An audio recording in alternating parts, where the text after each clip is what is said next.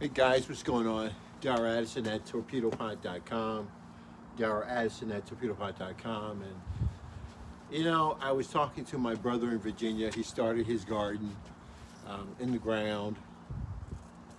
He laid down his cold, tender plants and frost tolerant plants that he put into the ground there.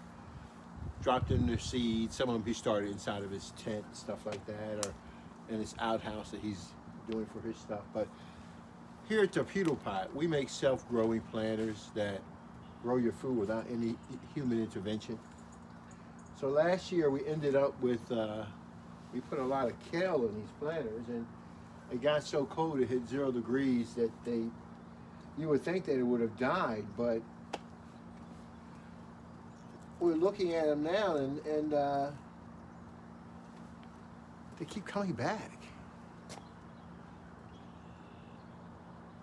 And they're growing, and they look strong. So one of the challenges that we're having right now is to, it's still a little cold out, so we can still put some frost tolerant plants out right now. And I'm thinking about throwing we have some collard greens that have been growing since last year inside this planter, so they're still here. But not enough to have for one plant. I want more plants inside of there. As a matter of fact, I want to put a lot more plants inside of there. So I think in the coming days, I'm going to decide what I'm going to put in it. I haven't decided it yet, but it's going to come around. But what I've done is that this is the same soil that was here from last year. We grew peas in these. We grew broccoli, cabbage, all types of kale was grown in these planters last year. So we grew a lot of things inside of these planters. The soil's still there. I don't need to go in, turn the ground over, do anything else. The soil's hard out there. And so what I do is that I'll just clean my planters up, put my seeds in, turn my planters on, which you can see they're watering right now. I just cut them on. I think the fear of frost is about over at this point. The fear of of having my lines freezing up are about over at this point. So I'm going to turn it on as I need it. Just tap it on, get that water moving, get that in the system. And from there, once I get it all wet and everything else, I'll start to put my seeds in.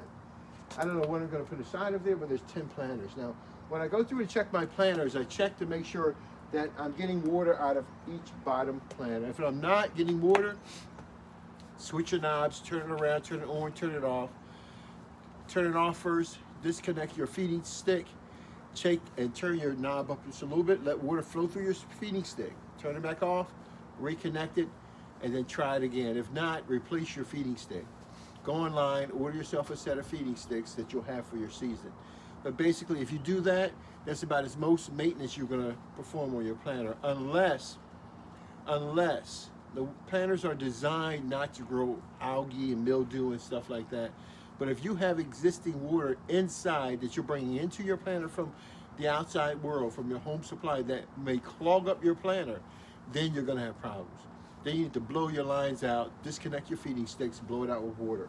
But for these right now, the only thing I need to do, turn them on, they're working. I see water at the bottom of them. They have to be adjusted because I have the 16 inches and I have the 20 inches on the same line. So you can see the 16 inches is just like pouring water out.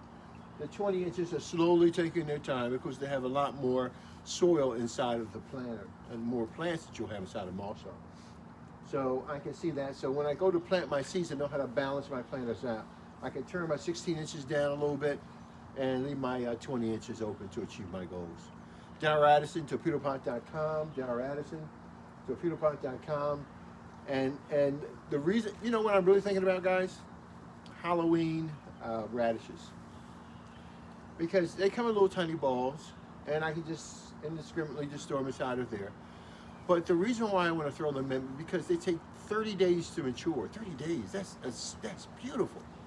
And in 30 days, I'm getting 2 types of food. I can get the little small radish at the bottom, which is really spicy. Oh, it is so good. So good, guys. You gotta get those radish bulbs. But not only are they so spicy and they're so delicious, but the leaves of the radish are edible. And so we get to have those leafy green vegetables that are healthy inside of our body early in the ball game. cleanse our systems out with these early vegetables. And it does it in 30 days, but you can't beat it.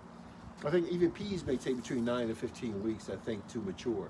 And we're thinking about doing those also. But those are more frost tender, the peas. But we want something that's frost tolerant, and that's why we're going to try the Halloweens.